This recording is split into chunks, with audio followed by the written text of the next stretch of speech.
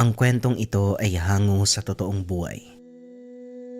Mula ito sa isa nating kabayan na itago na lang natin sa pangalang Argus.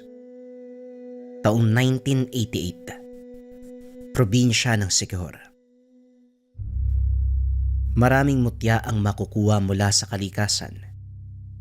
Merong nagmula sa mga halaman, sa hayop. Pero ang tanga ni Argus ay naiiba.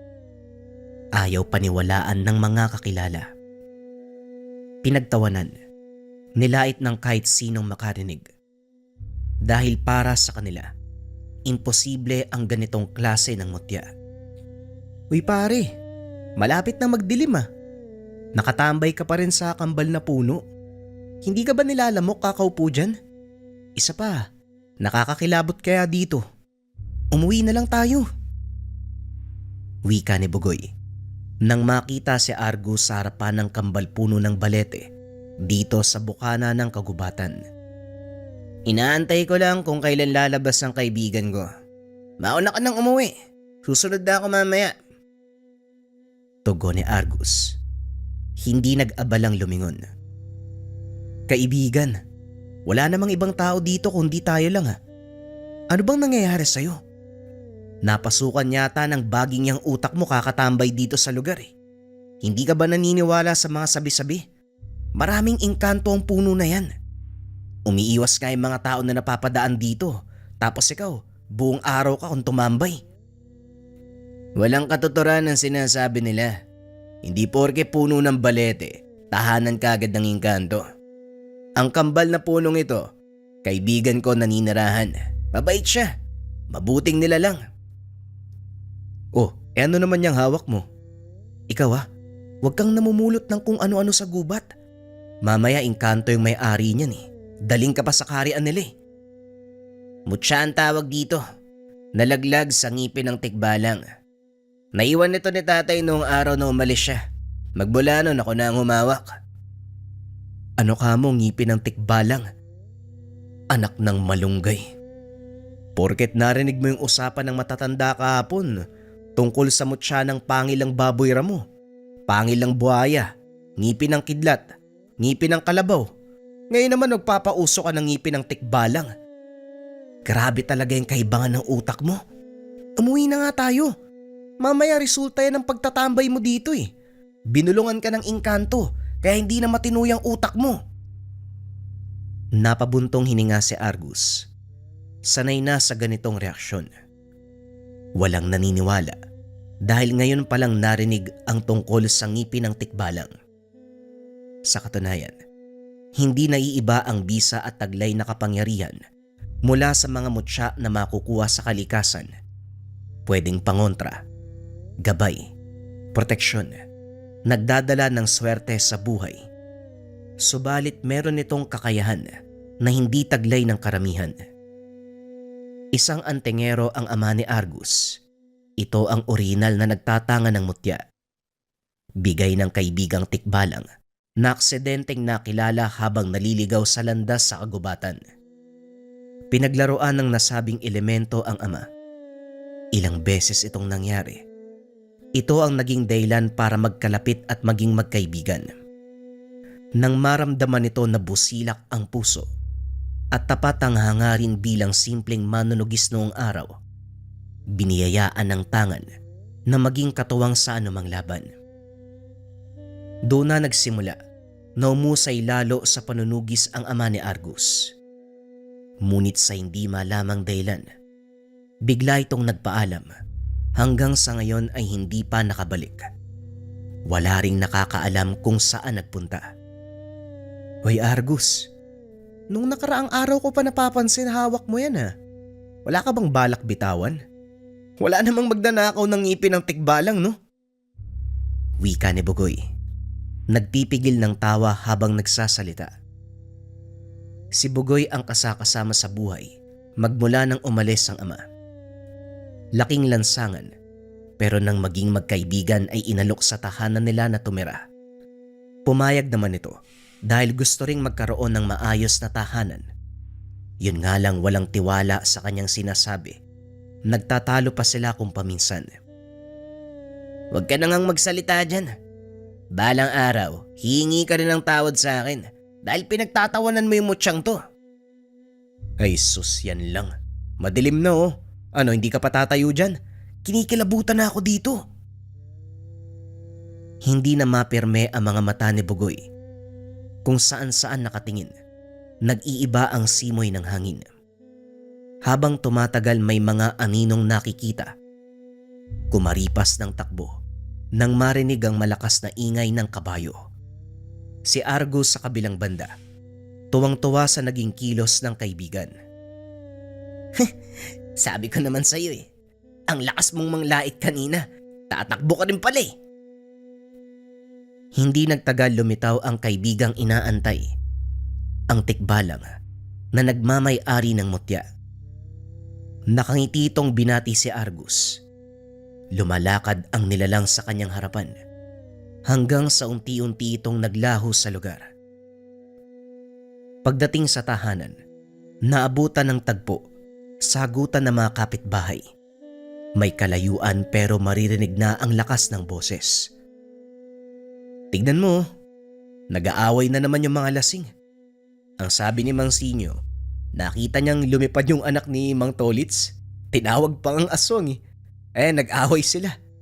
Kung sumabay ka sana sa akin kanina, nakita mo nagsuntukan. Duguan na pero parehong ayaw tumigil eh. Hindi nakiusisa sa kaganapan si Argus. Dumiretso sa loob ng tahanan para maghapunan. Ilang sandali ang lumipas. Napatayo nang mapansin ang senyales ng tangan. Lumabas si Argus. Sinundan ng tinuturo ng mutya. Pero hindi malinaw ang tinutukoy kung sino sa nagkukumpulang mga tao. Maraming nakiusyoso sa away na naganap. Pinagmasdang mabuti ang bawat naroon. May nararamdaman siyang presensya ng aswang. Pero malabo sa iba't ibang enerhiya ng mga taong humahalo. Napakamot na lang siya ng ulo. Hoy, anong mukha yan? Nga pala, ano yung narinig ko dun sa gubat kanina? Parang may kabayo ah. Napatakbo tuloy ako. Nagulat ako eh. Teka, huwag kang magulo. May hinahanap ako. Sinilip ni Bugoy ang tinitignan niya. Maging ito ay napakamot sa ulo. Hoy, ano bang hinahanap mo dyan? Huwag ka nga, nagpapatawa ka ba? Mamaya hinahanapan mo ng sipilyo yung ngipin ng tikbalang mo eh. Kung sa bagay, kailangan linisin niya no, naninilaw na eh. Kahit kailan talaga napakaingay mo. Diyan ka na nga. Huwag kang susunod sa akin ah. Masisira yung gagawin ko eh. Tugon ni Argus. Humakbang siya nang napansin ang isang babae. Malakas ang nararamdaman. Walang pagdadalawang isip na kinalabit. Pero kagad pinigilan ni Mang Tolits. Huwag mong hawakan ang anak ko. Wala na kayong ginawa kung hindi laitin ang pamilya namin. Tahimik kaming namumuhay. Umiiwas na nga sa gulo, pero kayo naman itong gumagawa ng paraan para magkagalit tayo. Lalong-lalo ka na, Sinyo. Sa susunod na paratangan mo pa ng kung ano-ano ang anak ko, hindi lang yan ang aabutin mo. Tandaan mo yan! Wika ni Mang Tolits. Dali-dali nitong hinila palayo ang anak na babae. Nasundan na lamang ng tingin ni Argus. Hindi maiwasang maghinala dahil sa pag-alis ng mga ito. Nawala ang pagiging alerto ng tangan. Ako pa ang pinagbantaan, ang kapal na muka. Namumuhay ng tahimik kung hindi ba naman si Raulo. Anak niya nga yung dahilan kung bakit nabubulabog yung lugar na ito eh. Maniwala kayo o hindi, ang anak ni Tolits ay aswang. Ako mismo nakakita. Wika ni Mang Sinyo. Nag-uwian na ang mga taong nakikiusyoso. Si Argus naman, sinamantala ang pagkakataong makausap si Mang Sinyo. Naniniwala siya dahil ito ang nagbabalita sa ama tungkol sa aswang noong araw. Magandang gabi po, Mang Sinyo. Gusto ko lang po sana magtanong tungkol sa pinagawayan niyo ni Mang Tolits. Paano niyo po nasabi na aswang yung anak niya? Tanong ni Argus. May gustong marinig mula sa mismong bibig ng matanda. Lumaki ka na talaga, Argos. Habang tumatagal, nagiging katulad ka ng iyong ama. Kung nandito lang siya, wala sanang problema ngayon eh. Pero nasa na kaya yung tatay mo? Matagal na siyang hindi bumabalik ah. Ako rin hindi ko alam eh. Pero hanggang ngayon umaasa ako na babalik siya. Kahit gaano katagal aantayin ko. Wala akong pakialam basta umuwi lang siya. Pero Mang Sinyo, balik tayo sa tanong ko. Paninindigan ko ang salita ko, Argos. Batikusin man ako ng lahat. Kita ng dalawang mata ko eh. Nagbago yung anak ni Tolits. Lumundag ng napakataas. Lumilipad sa ere. Aswang yon. Nagtanong lang naman ako kung alam niya ba yung tungkol sa dalaga. Ay bigla ko sinuntok sa buka. Tumatango lang si Argus. May tumatakbong ideya sa isipan. Madali lang sanang bigyan ng solusyon ng ganitong problema kung nandito ang ama mo. Hindi yun matutulog kung may narinig na aswang eh. Hanapan kagad ng paraan para maitaboy. Sayang, walang nakakaalam kung nasaan siya. Hindi nga nagpaalam sa'yo eh. Ikaw na mismo yung anak ko. Napabuntong hininga si Argus. Pagkatapos ng usapan ay umuwi na. Habang nakaupo sa labas, naisip ni Argus ang ama. Ang tanga na lamang ang naiwang alaala. Noong araw, ang sinabi lamang ay may tutugising aswang. Pagkatapos noon ay wala nang narinig na balita. Palaisipan pa rin sa kanya ang totoong nangyari. Kumakapit sa paniniwala na darating ang panahon na magkikita sila muli. Pagkalipas ng ilang sandali, naging alerto ang mutya. Dali-dali niyang sinundan ang tinuturong direksyon.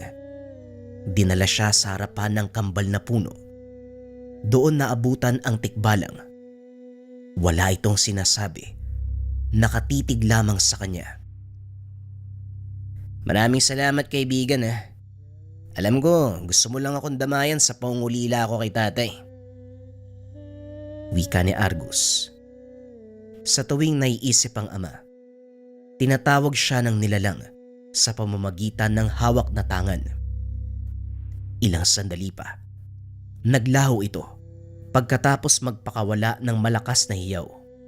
Dali-dali namang tumakbo pabalik si Argus nang makarinig ng sigawan. Maraming nagkukumpulang tao sa labas ng tahanan ni Mang Sinyo. Sa bakuran ay merong nakahandusay na baka, alaga ng matanda. Wala na ako ibang matuturo na pwedeng gumawa nito kung hindi ang anak lang ni Tolits na aswang. Tignan niyo ang baka sa katawan ng alaga ko. Puro kalmot, wakwak ang tiyan, walang lamang loob. Siguradong gawa to ng aswang. Wika ni Mang Sinyo, nagluluksa sa pagkamatay ng alaga. Lumapit si Argus para makita ang sinasabing bakas. Maging siya ay wala ring maisip kung hindi ang aswang. Ito rin ang turo ng tangan. May natitira pang amoy. Nanatili muna siya habang pinapakinggan ng bulungan. Kung totoo man na aswang yung anak ni Mang Tolits, dapat paalisin yung mga yun eh. Paano kung sa susunod tao na yung biktimahin? Tignan nyo yung ginawa sa baka. Malaki yan pero nagawang mapatay. Tayo pa kayang tao lang. Mapapabilis ang pag-alis kung magkakaisa tayo. Pagtulungan nating itabong . Ang tanong, may sapat na tapang ba tayo para kalabanin si Mang Tolits? Kilalang mangangata yan tapos aswang pa daw yung anak. Ay naku, baka mapatay tayo niyan. Ilang sandali pa nag-uwian na ang mga ito. Si Mang Sinyo na lang ang natira. Mag-isang nilinis ang katawan ng alagang baka. Lumapit si Argus. Nagpresentang tumulong. Argos, hindi na maganda ang nangyayari. Dinamay pa ang nag-iisa kong alaga. Kabuhayan ko to . Intay nila na matapos ako dito. Gagantihan ko sila. Si Tolits, pati na rin yung anak niya.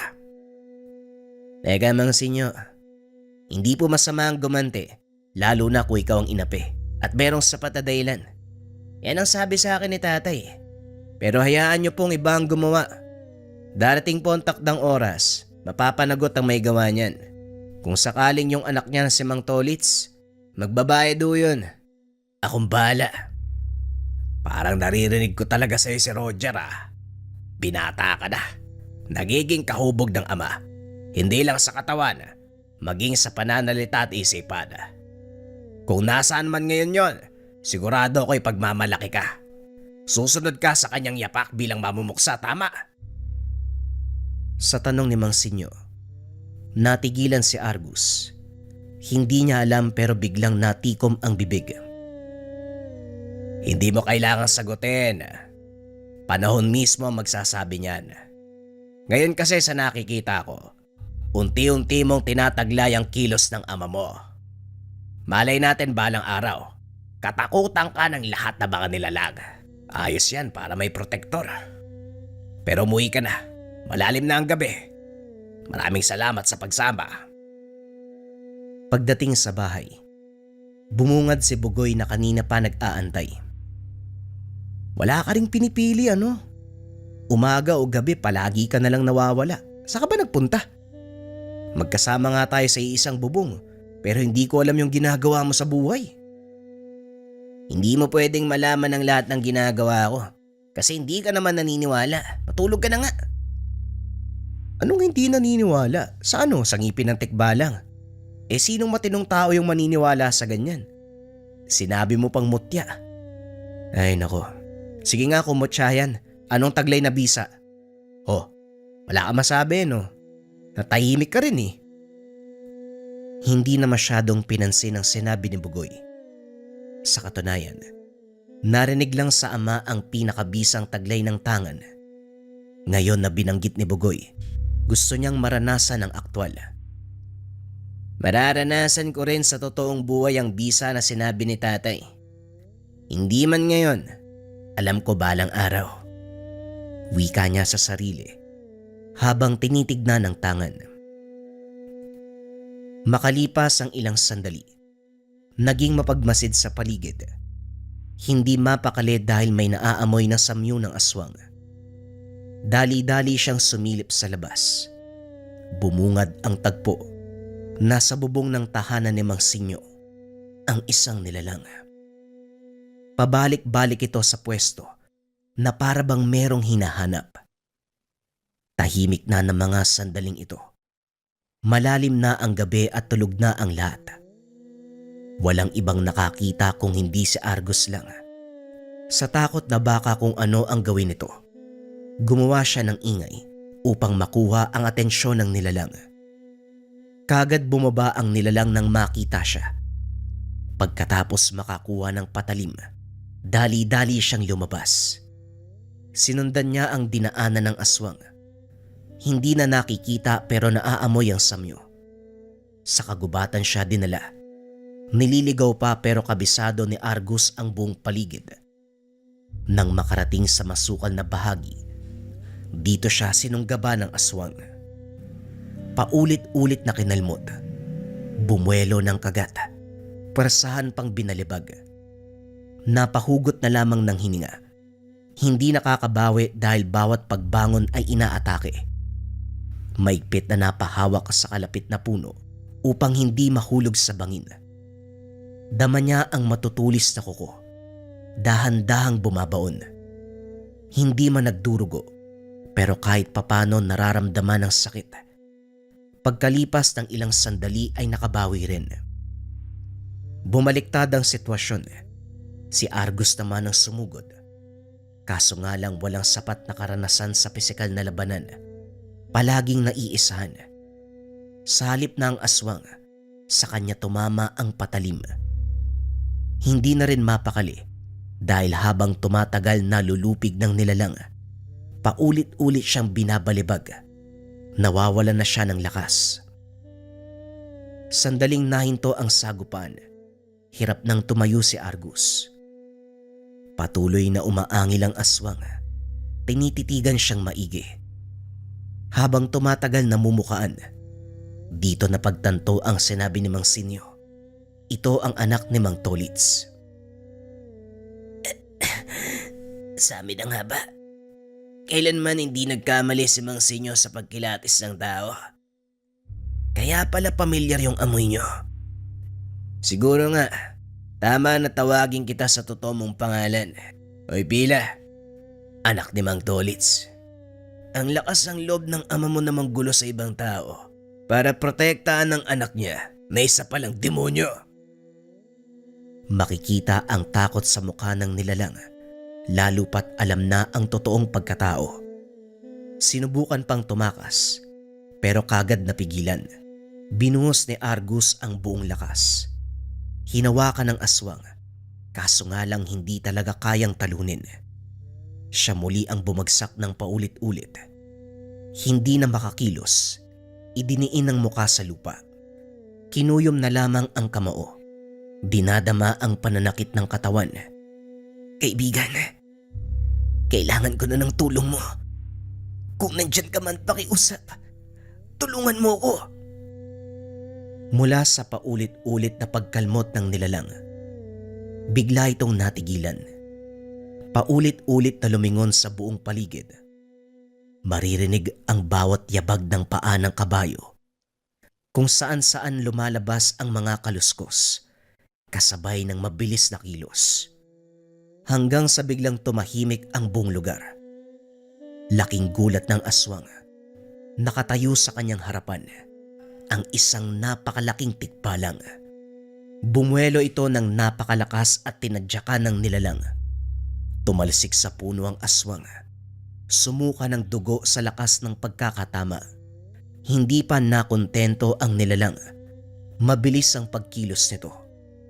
Ilang ulit na tinapakan ng muka hanggang sa madurog na parang kalabasa. Habang tinitignan ni Argus ang nangyayari sa nilalang, hindi niya maiwasang mapangiti dahil ang buong akala niya mamamatay na sa sitwasyon. Maraming salamat kaibigan. Totoo nga ang sinabi ni tatay. Darating ka kapag kailangan. Maraming salamat, niligtas mo ako ha. Matapos magsalita ni Argus, kasabay nito ang paglaho ng nilalang. Kitang-kita din ni Argus, may lumalabas na mga ugat mula sa ilalim ng lupa, pumapalupot sa katawan ng aswang. Dahan-dahang hinihila ang buong katawan nito na para bang kinakain ng kalikasan. Nanatili muna siya sa lugar. Habang nakaupo sa tabi, tinitignan ang kambal puno ng balete. Napapangiti ng matanaw ang imahe ng kaibigang tikbalang. Nagpaalam na rin pagkatapos. Kinaumagahan, ang unang bagay na inalam ni Argus ay ang anak ni Mang Tolits. Gustong makasigurado na tama ang nakalaban. Lasing ang matanda ng sadyain sa bahay. Hindi siya lumapit sa mismong tahanan. Dumistan siya dahil nasa bakuran din ito. Nang hahamon ng away sa mga kapitbahay. Letek kayo. Sino yan? Sinasabing halimaw ang anak ko. Lumilipad daw. Ano yun, ibon? Ang lakas na tama. Halika rito, papatay kita. Maraming kapitbahay ang umawat dahil nangangamba. May bitbit na bote ng alak at itak. Lasing na lasing. Hindi malapitan sa sobrang pagwawala. Inawat na lamang sa pamamagitan ng salita. Nang makita ni Argus si Mang Sinyo, nakadungaw sa bintana ng tahanan, lumapit siya para makipag-usap. Hindi ako pwedeng lumabas, ako ang pinag-iinitan eh. Payag ako makipagsuntukan kaso may bitbit na itak ko. Maagang nagwawala yan eh, hindi daw umuwi yung anak niya kagabi. Hula ko, inabutan ng umaga yung aswang na yon. Nasunog, kaya hindi na makakabalik. Sana nga Manong ganun ang nangyari. Para malaya na tayo dito sa lugar natin. Sana magdilang anghel kayo Manong. Sa paglipas ng araw, nakikita ko talaga yung tatay mo sa'yo. Susunod ka talaga sa yapak doon. Sa tindig, pananalita ko ang kuha mo. Kung sakaling mamumuksa ka ha, masisiguro ko talaga ang kaligtasan ng lahat. Ikaw pa, anak ka ni paring Roger. Kung sakaling yan man po maging kapalaran ko, Bukas sa puso kong tatanggapin. Siguro ito na rin ang paraan para kahit papano makasama ko si tatay, hindi man pisikal, sa pakiramdam. Marahil may dahilan kung bakit hanggang sa ngayon hindi pa rin bumabalik ang tatay mo. Pero sigurado ako, nasa mabuting kalagayan yun. Mabait yun eh. Sana nga ho. Nga po pala, yung anak ni Mang Tolits, anong oras kaya umalis kagabi? May alam po ba kayo? Hindi ako sigurado pero dumaan yun dito sa bahay. Umakyat dyan sa bubong pero nawala ka agad. Napansin ko natatarantang tumakbo patungong gubat. Nakahanap siguro ng katapat kaya nagkaganon. Hanggang ngayon hindi pa bumabalik. Malamang patay na yon. Nakahinga si Argus. Lihim na napangiti dahil tama ang pagkakakilala sa nakalabang aswang. Kumpirmadong anak ni Mang Tolits ang nilalang na nakasagupa. Hindi nga ako nagkamali. Mabuti naman natapos na yung problema sa lugar. Sa kabutihang palad, nagawa ko malabanan sa tulong ng kaibigan ko. Mahinang wika ni Argus, pero narinig ni Bugoy. Umagang umaga, Argus? Tikbalang ang naririnig ko sa'yo. Ano ba yan? Pinaglihi ka ba sa kabayo? Magpaawat ka nga. Kinikilabutan ako sa'yo eh. Oh, ano ba nangyari dito? Nagwawala na naman si Mang Tolits? Wika ni Bugoy. Iniwanan niya itong nakikiusisa sa kaganapan. Masyadong tsismoso ang kaibigan, lalo na kapag may away na nangyayari. Pagdating sa tahanan, hindi makapaniwala si Argus na naging matagumpay ang unang panunugis. Aminado siya, naging mahirap pero hindi naman pinabayaan ng kaibigang tikbalang. Kaya naman magmula ng araw na yon, tinanggap niya ang bagong misyon sa buhay. Pero may kung anong nararamdaman si Argus. Kung ano ang mga gawin ng ama. Kung ano ang galaw ng tatay. Kung ano ang nakasanayan dito. Napapansin niya sa kaibigang tikbalang. Na para bang ang gabay niya na tikbalang at ang tatay na nawawala ay iisa. Ang susunod na kwento ay bagong istorya pa rin mga kabayan.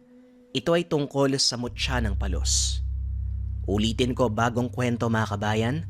Huwag na nating patagalin pa. Simulan na ang storya.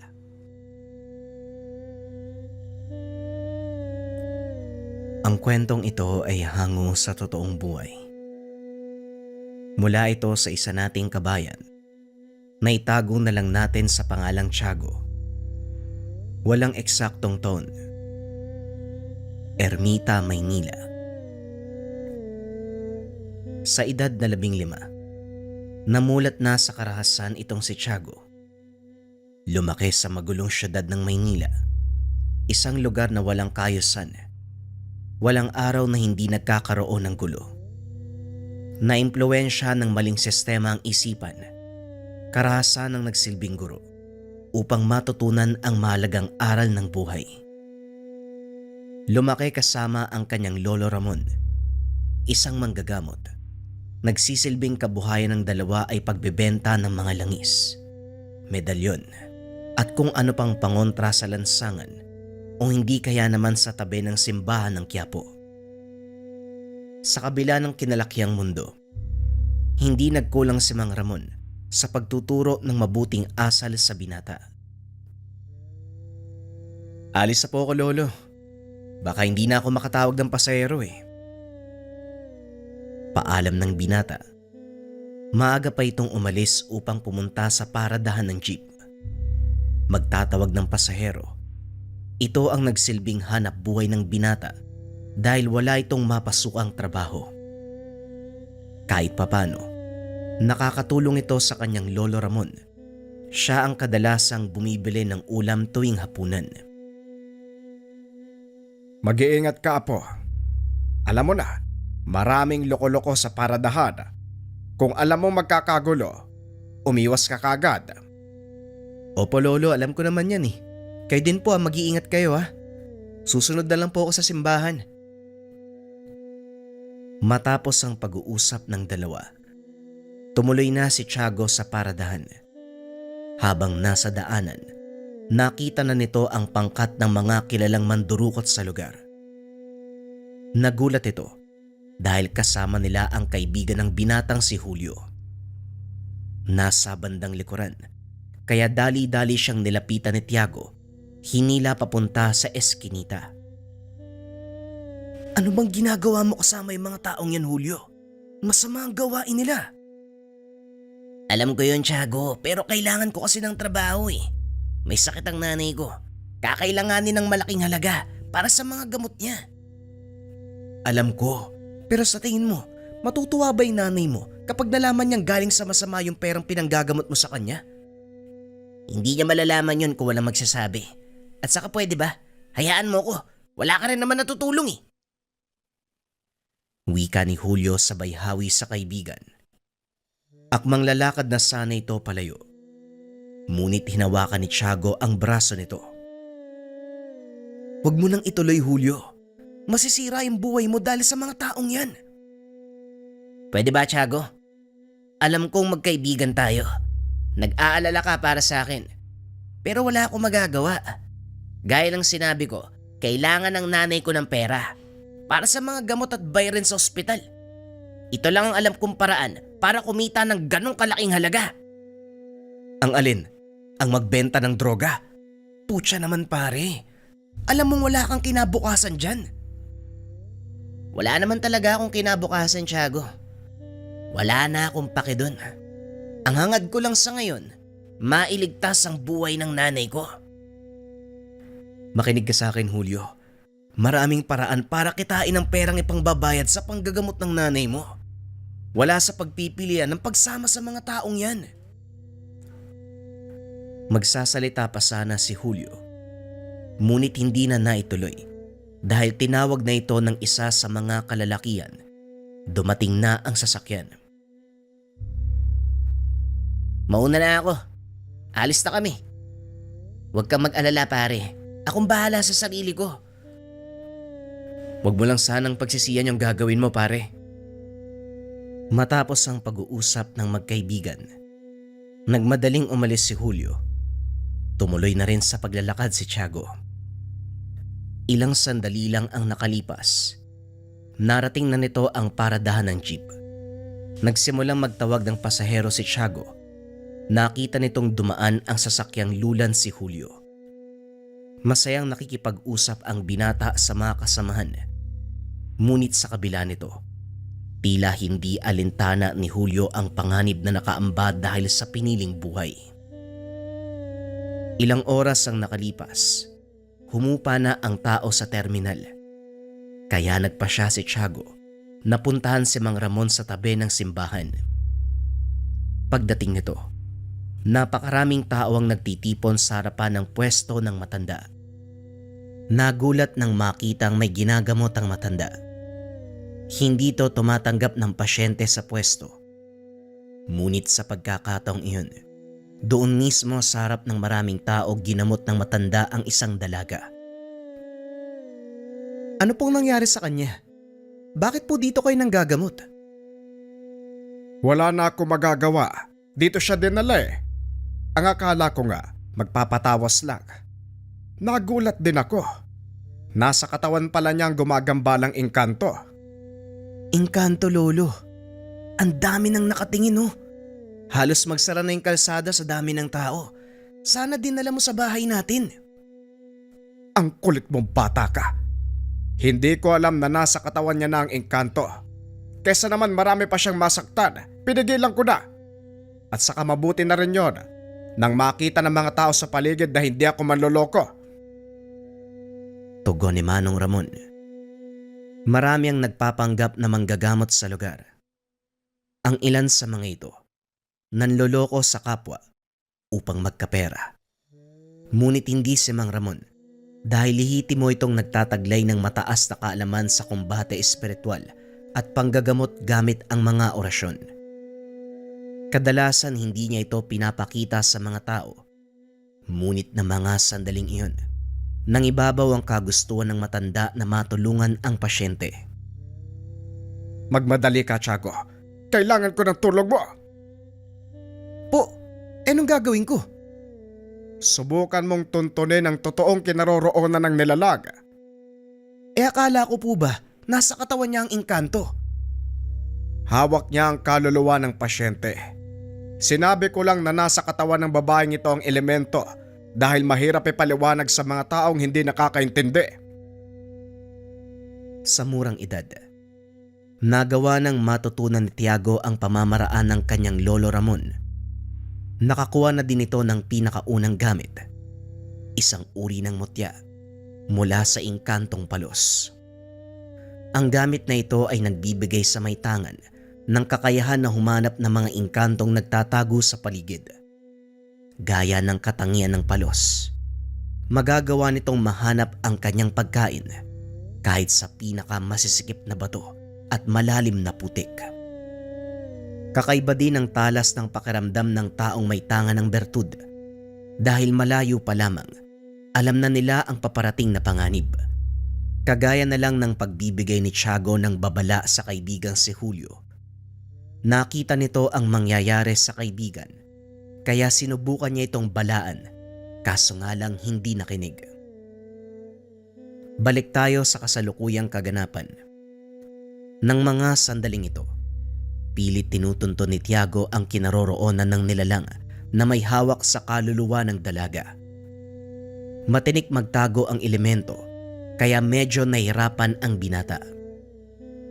Ilang minuto pa ang nakalipas, nagawa niya itong mahanap.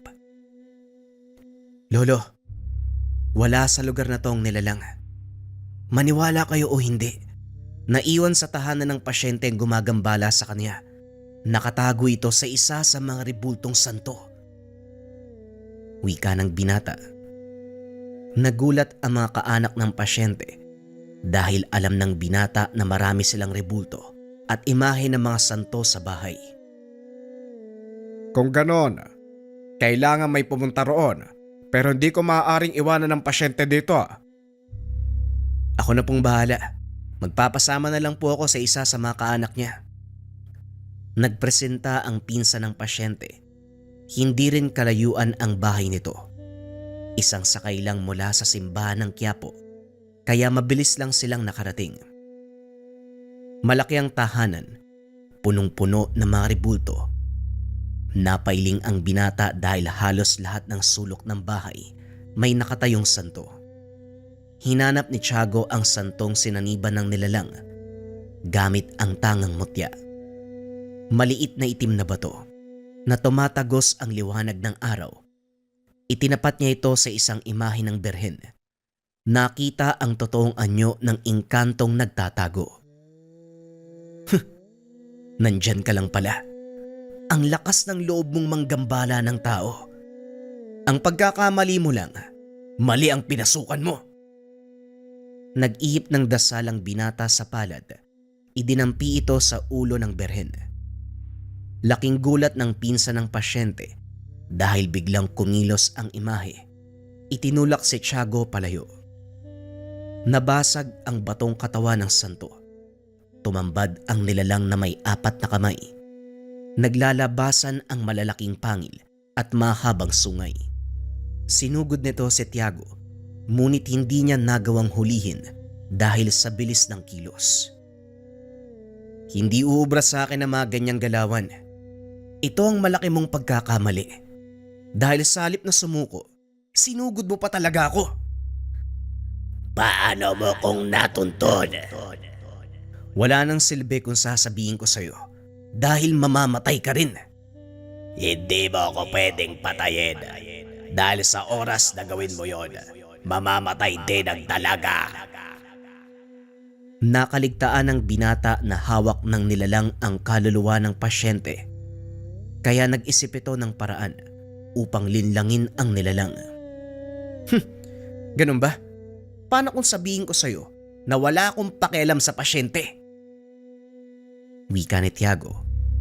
Matapos ay nagbato ng mahinang tigalpo. Hindi nakaiwas ang nilalang. Napalo dito. Napagtanto ng binata na hindi ganon kalakas ang depensa ng kalaban. Samantala, sa panig naman ni Mang Ramon, patuloy na nahihirapan ang pasyente. Kaharap na ng apo ko ang nilalang na kumuha sa anak nyo. Dalawang bagay lang ang maaaring mangyari. Matalo siya ng engkanto o manalo ang apo ko. Hindi naman makapagsalita ang ina ng pasyente. Malakas ang pananalig nito kay Mang Ramon dahil ilang beses na silang lumapit sa matanda. Nalunasan naman nito ang kanilang mga idinaing. Biglang sumigaw ang pasyente na ikinagulat ng mga naroon. Alam ni Mang Ramon na patuloy na nakikipaglaban si Tiago sa nilalang. Balik tayo sa lugar ni Tiago. Oh, ano? Hanggang diyan ka na lang ba? Masyado kang mayabang. Bakit gano'n na lang ang pagmamalasakit mo sa dalagang ito? Kilala mo ba siya? Ano ang halaga niya sa'yo? Wala naman. Kaya nga sinasabi ko, wala akong pake sa pasyente. Ikaw ang pakay ko dito eh. Hindi kita lulubayan hanggat hindi ka napapatay. Tugon ni Tiago. Dito na nakaramdam ng takot ang engkanto. Alam nito na hindi niya madadaig ang binata. Ngunit ganun pa man, patuloy itong nakipaglaban upang mailigtas sa tiyak na kamatayan. May lumabas na mga galamay sa katawan ng nilalang. Pumulupot ito kay Tiago. Napataas lang ng kilay ang binata. Ano bang ginagawa mo? Kung inaakala mong matatalo mo ako ng ganyang atake, pasensya na, nagkakamali ka. Masyado kang mayabang. Tignan natin ngayon kung makapagyabang ka pa. Uubusin ko ang lahat ng enerhiya sa katawan mo. Ganun ba? O sige, higupin mo lahat ng kaya mong higupin. Wag kang magtitira. Nagsimulang higupin ng engkanto ang enerhiya ng binata gamit ang mga galamay. Ngunit ilang minuto na ang nakalipas, hindi pa rin nanghihina si Tiago. Bakit parang hindi ka tinatablan? Anong ginawa mo? Wala akong ginagawa. Hinahayaan nga lang kitang ubusin yung lakas ko. Anong problema? Naglabas ng isa pang galamay ang nilalang.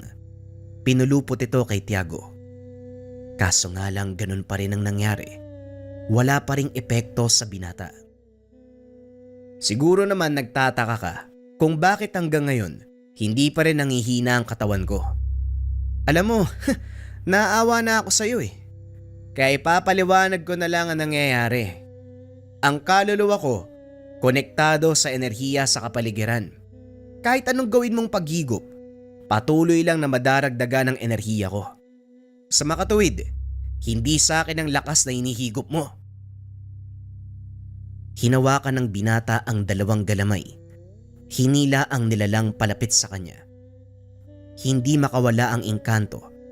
Habang papalapit ito kay Tiago, unti-unting umiinit ang katawan. Ano?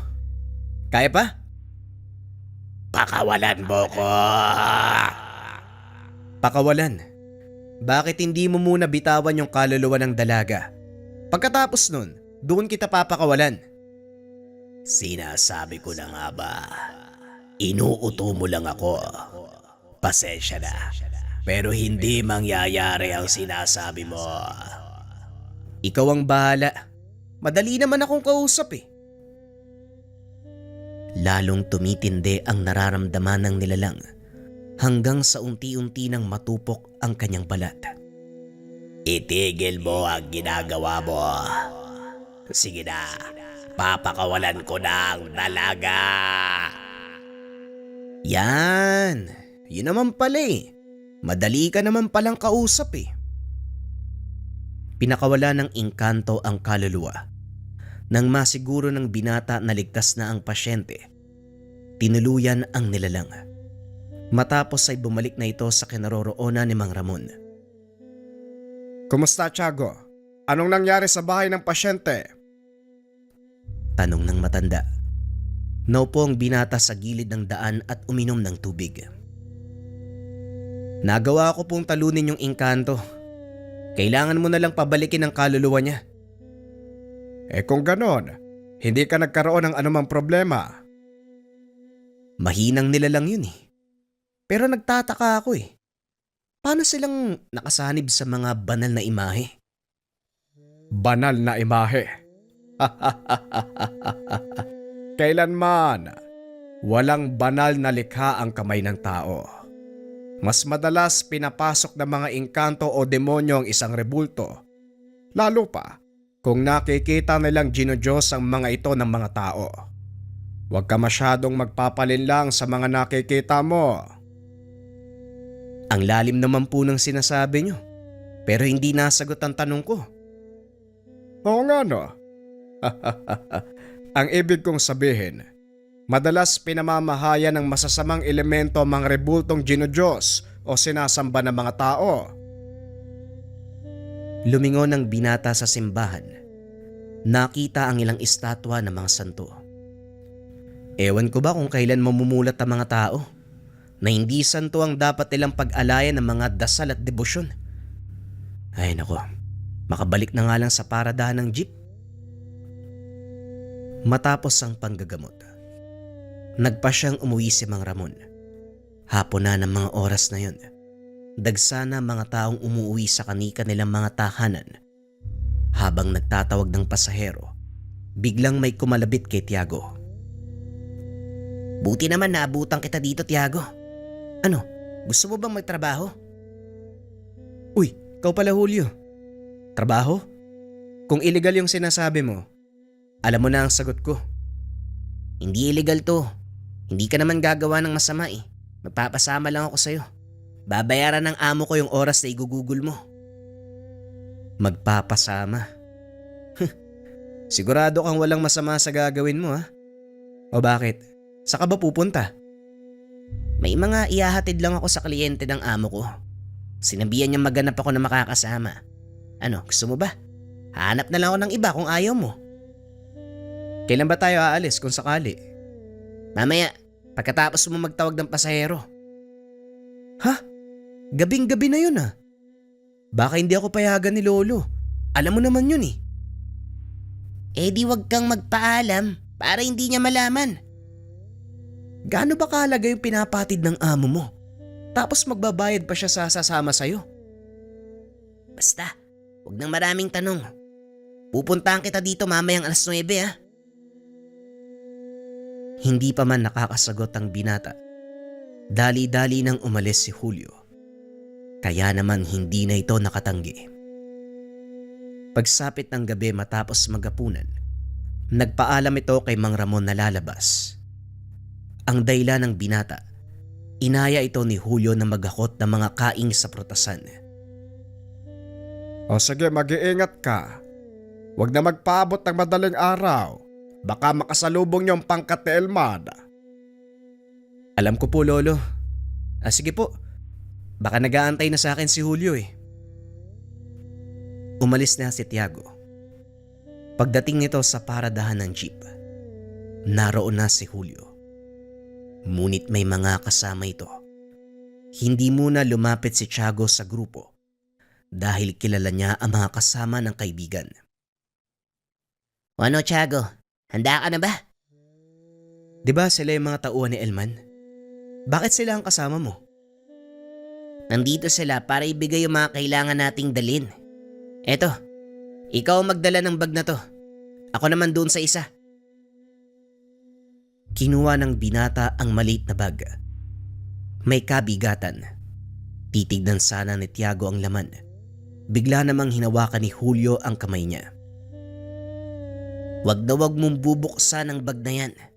Bili ng may-ari. Hindi natin pwedeng makita ang laman niyan. Wika ni Julio. Napalingon ng binata sa mga taong nagbigay sa kanila ng mga dadaling gamit. Napansin ni Tiago na masama ang titig sa kanila. Kaya minabuting umalis na lang. Di halika na. Baka gabihin pa tayo lalo eh. Habang papalayo ay patuloy na nakikiramdam. Nasa kalagitnaan sila ng paglalakad. Nang mapansin ito, may mga nakasunod sa kanila. Matanong nga kita, Julio, gaano kalaki yung tiwala sa'yo ng mga pinagtatrabahuan mo?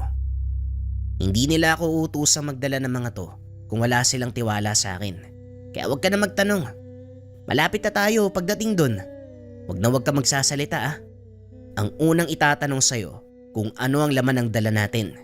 Kaya hindi ko pinabuksan sa'yo ang bag dahil mas mabuting wala ka ng alam. Tugon ng kaibigan. May hinala na si Tiago kung ano ang laman ng bag. Ngunit alang-alang sa kaligtasan ng kaibigan ay piniling sumunod. Nakarating ang dalawa sa pinag-usapang lugar. Nakabang naroon ang mga taong pagdadalhan niya ng mga gamit. Kinuha ni Julio ang dalang bag ni Tiago. Sinabihan nitong manatili sa kinakatayuan. Dito ka lang. Wag na wag kang gagawa ng hindi nila magugustuhan. Para namang may gagawin akong kalokohan. Oo na, ako nang bahala. Naglakad si Julio palapit sa mga kalalakian. Bagaman madilim, nakita ni Tiago ang dalang baril na mga ito. Patuloy na nag-uusap si Julio at ang isa pang lalaki. Binuksan nito ang dala nilang gamit. Inilabas ang isa sa mga maliliit na supot. May lamang kulay puting pulbos. Napailing na lang si Tiago.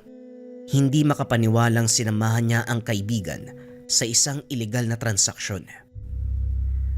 Mamaya ka sa akin, Julio. Talagang sinama mo pa ako sa kalokohan mo ah. Wika ng binata sa sarili. Nag-antay itong matapos ang transaksyon.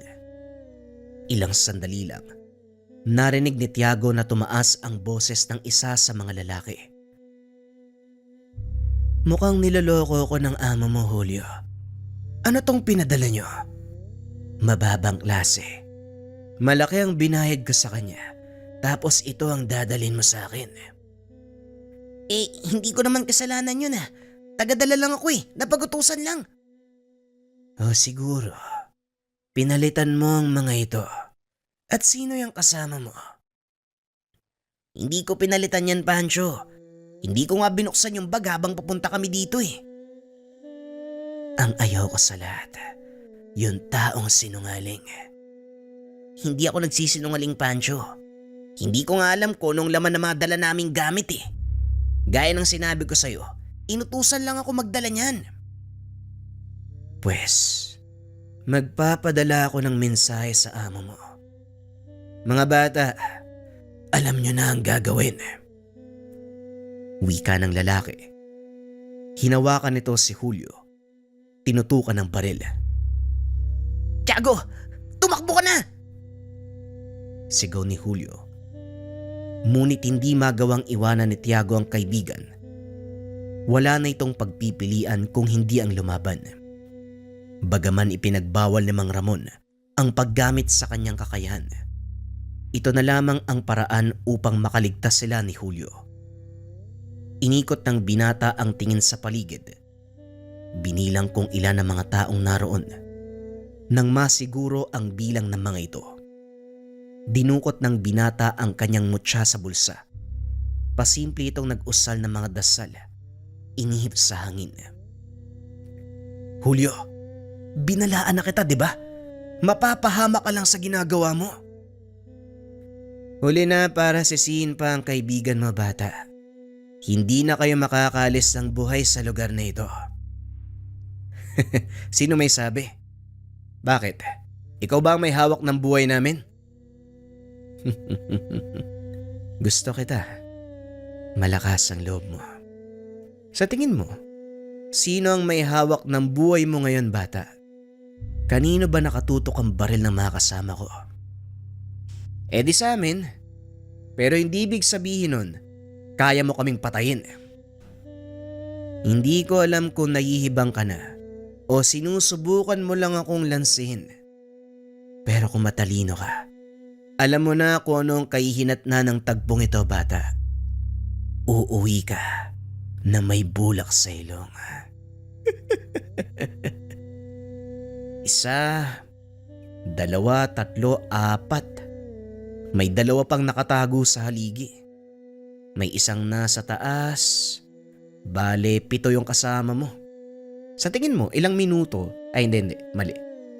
Ilang segundo kaya yung sasayangin ko? Nagtawanan ang mga kasama ni Pancho. Napangiti si Tiago. Laking gulat ng mga ito. Biglang nawala sa paningin nila ang binata. Hoy, saan nagpunta yung kaibigan mo? Lumabas ka kung ayaw mong kumalat ang utak ng kasama mo. Wika ni Pancho. Isa sa mga kasama nito ang sumigaw. Nahulog mula sa pinagtataguan. Oh, anong problema? Bakit hindi kayo kumikilos? Wika ng binata. Ang sunod na hinablot ay si Julio. Laking pagtataka ni Pancho. Bigla itong nakawala sa pagkakahawak niya. Paano kang nakawala? At ano tong madulas na bagay sa kamay ko? Mahirap huliin ng palos. Lalo pa kung naghahanap ito ng pagkain. Malas niyo. Kanina pa nagugutom ang alaga ko. Hindi pa rin makita ng mga kalalakian ng binata. Si Julio naman, nakapagtago na sa isang ligtas na lugar. Nanlaki ang mga mata nito nang makita ang isang malaahas na nilalang. Napakalaki. Tinatayang nasa 2 talampakan ng bilog ng katawan. Umaabot ng 12 hanggang 10 talampakan ng haba. Kumikislap ang katawan nito sa tuwing tatamaan ng liwanag mula sa ilaw ng kalsada. Isa-isa nitong pinagsasagpang ang mga kasama ni Pancho hanggang siya na lamang ang natira. Nakita nito ang nilalang. Kagad pinaputokan ng paulit-ulit hanggang sa maubos ang bala. Palapit na sa kanya ang nilalang hanggang sa tuluyan nitong pumulupot sa katawan. Nang mga sandaling iyon, nagpakita na rin si Tiago. Hindi ko sinabi sa'yo. Hindi aabutin ng ilang oras. Magagawa kong ubusin ang mga tauhan mo. Ngayong mag-isa ka na lang. Bakit hindi ka magyabang? Nasaan yung angas mo? Mesa demonyo kang bata ka. Umanda ka dahil sa oras na makawala ko dito. Malalaman ng lahat ang sekreto mo. Kung makakaligtas ka. Tugon ng binata. Sinakmal ng nilalang ang ulo ni Pancho. Walang tigil itong hinata. Pinagpera-peraso ng nilalang ang katawan ng lalaki hanggang sa wala nang matira. Matapos kumain, muli itong naglaho. Hindi pa rin makakilos si Julio sa kinakatayuan. Kaya inakay ito ng binata pauwi sa kanilang tahanan. Hiniling din ito kay Mang Ramon. Nagawa ng paraan para makalimutan ni Julio ang mga nasaksiyan. Kaya kong burahin ang alaala ng kaibigan mo tungkol sa mga nangyari. Pero isang beses ko lang ito pwedeng gawin. Sa susunod mag-iingat ka na. Wag mong papalabasin ang mga alaga mo sa maraming tao. Opo lolo, wala na po kasi akong pagpipilian eh. Ang akala ko, wala kaming magiging problema eh. O siya, ako nang bahala sa kaibigan mo. Tuluyang nakalimutan ni Julio ang nangyari. Kinumbinsi ito ni Tiago na walang idudulot na mabuti ang pagsama sa mga kriminal. Nagtiyagang makapag-aral ang dalawa. Kalaunan nakapagtapos, nakahanap ng matinong trabaho. Sa kabila ng masalimut na mundong ginagalawan, nagawa nilang maging mabuting tao. Sa kasalukuyan si Tiago ang nagmana ng kakayahan ng panggagamot ng kanyang lolo Ramon. Bagaman wala na ito, nanatili pa rin ang mga aral at kabutihang asal na itinuro ng matanda sa kanya. Ginamit pa rin ni Tiago ang kakayahan ng tanga ng mutyanang palos sa kabutihan at sa pagtulong sa kapwa. Walang sino man ang nakaalam ng sekreto ni Tiago, maliban na lang sa yumaong lolo. Para sa binata mas mabuti ang ganun, para maiwasan ang mga maling kaisipan ng mga tao sa kanilang paligid. Isang aral ang iniwan ng mga karanasan ni Tiago. Walang mapapalang kabutihan sa paggawa ng kasamaan.